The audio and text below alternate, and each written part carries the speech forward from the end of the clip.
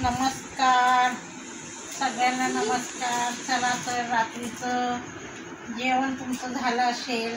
आज बघा आम्हाला स्वयंपाकाला खूप उशीर झाला आहे। आज मंदिरात गेली, सोमवार होता म्हणून खूप उशीर झाला आणि मंदिरात अशी गर्दी।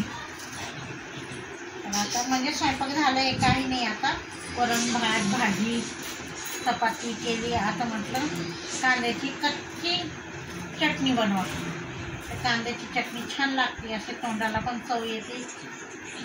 कानूचे पप्पा खात नाही, त्यांना काकडी आहे, काकडी चिरून ठेवली आहे सलाड म्हणून।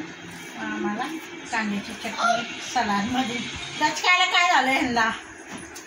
तर आता हे चालले माझं आणि इतकी भूक लागली। आज काय झालं, माझी तब्येत ठीक नव्हती, मला काय माहिती हे होत होतं, चक्कर आणि वीकनेसपणा खूप जाणवत होता। म्हणून मग मी काय संध्याकाळचा व्हिडिओज टाकला नाही 6 वाजेचा।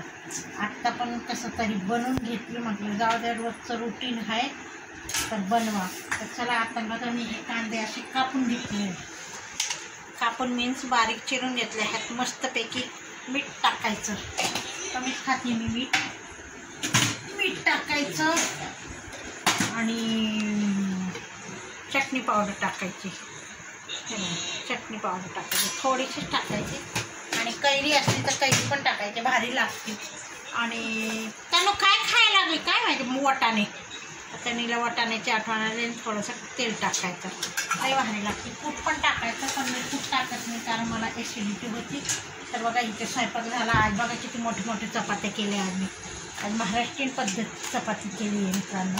आणि इथे बघा भात पण केला जेवायला, भात आहे, इथे शेवग्याची शेंगाची भाजी आहे। तर चला आता म्हटलं ताट वाढून घेतली, इथे काकडी पण आहे,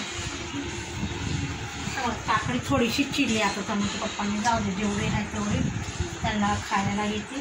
तर चला आता आम्ही जेवायला बसतो, इतकी भूक लागली आणि तोंडी लावायला ठेचा पण आहे, कालचा ठेचा आहे उरलेला, ज्यांना लागेल ते खाईल। चला या जेवायला।